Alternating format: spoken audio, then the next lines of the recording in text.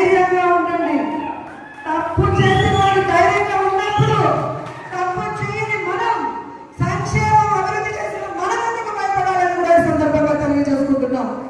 మీకు నియోజకవర్గంలో నేనున్నాను, జిల్లాలో కరుణాకర్ గారు ఎంపీ ఉన్నారు, రాష్ట్రంలో జగన్మోహన్ రెడ్డి గారు ఉన్నారని కూడా మేము అందరికీ తెలియజేసుకుంటున్నాం. మన పార్టీకి పోరాటాలు కొత్త కాదు. మన పార్టీ పోరాటంలో నుంచి పుట్టిన పార్టీ, ప్రజల కోసం పుట్టిన పార్టీ. ఈ రాష్ట్రాన్ని అభివృద్ధి చేయాలి అని ఏ కలనైతే వైఎస్ఆర్ గారు కన్నారో వాటన్నింటినీ కూడా 60-70 సంవత్సరాలు ఈ ప్రజలకు అందుబాటులోకి రావాలి అని పార్టీ పెట్టి మీకోసమే ముందుకు నడిచిన జగనన్న పార్టీ, ప్రజల పార్టీ, మన పార్టీ.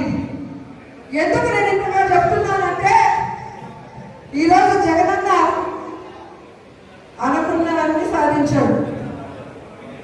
ఆయన బిజినెస్ మ్యాన్ గా సక్సెస్ఫుల్, ఆయన ఫ్యామిలీ మ్యాన్ గా సక్సెస్ఫుల్, ఆయన సీఎం గా సక్సెస్ఫుల్. ఇంకేమవసరం ఉంది?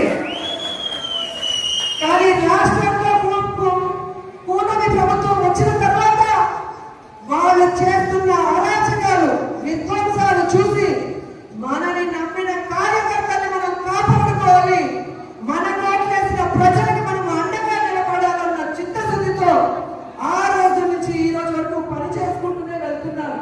అలాంటి వ్యక్తి కోసం మనం పనిచేయడం ఉందా? మరి ఎవడో కేసు పెడతాడని ఒకడు, ఎవడో జైల్లో పెడతాడని ఒకడు ఉద్యోగం తీసేస్తాడని ఒకడు ఇలా భయపెడుతూ మనని ఇంట్లో కూర్చోబెట్టాలనుకుంటున్న కూటమి ప్రభుత్వానికి మనం చెప్పాల్సింది ఒకటే, నువ్వు కేసు పెడతావా పెట్టా, జైల్లో పెట్టా,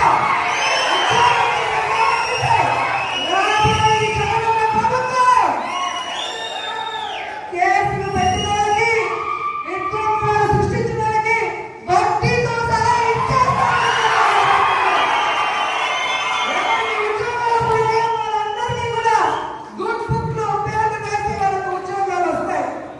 ఎవరైతే ప్రభుత్వంలో ఇబ్బంది పడ్డారో ఆ ఇబ్బందుల నుంచి వాళ్ళకి బయటపడేసి వాళ్ళకి ఫస్ట్ ప్రయారిటీ ఇస్తామని కూడా ఈ సందర్భంగా తెలియజేసుకుంటున్నాం. ఇప్పటికే జగన్మోహన్ రెడ్డి గారు ప్రకటించిన విధంగా రైతులకి అండగా రాష్ట్ర వ్యాప్తంగా మొన్ననే పోరాటం జరిగింది. రేపు ఈ విద్యుత్ బిల్లుల పెంపు మీద రాష్ట్ర వ్యాప్తంగా నియోజకాల వారీగా ఉద్యమం జరుగుతుంది. అందరూ కూడా వచ్చి ఆ ఉద్యమంలో పాల్గొనాలి అని కూడా ఈ సందర్భంగా తెలియజేసుకుంటున్నారు. అలాగే జనవరి 3వ తేదీ విద్యార్థుల కోసం ఫీజు రింబర్స్మెంట్ కోసం జగనన్న పిలుపునిచ్చాడు.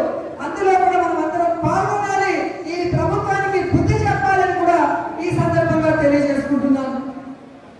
ఎందుకంటే మనం సైలెంట్ గా ఉంటే పచ్చ ఛానల్లో అబద్ధాలు చెప్పడం తప్ప ఇంకోటి చేయదు. ప్రజలు ఎలా ఇబ్బంది పడుతున్నారు, విద్యార్థులు ఎలా మోసపోయారు, మహిళలు ఎలా కన్నీళ్లు పడుతున్నారో రాష్ట్రం అంతా తెలియాలి. ఒక ఉద్యమంగా ఈ కూటమి ప్రభుత్వాన్ని ముంచేయాలని కూడా ఈ సందర్భంగా తెలియజేస్తున్నాను. ఈరోజు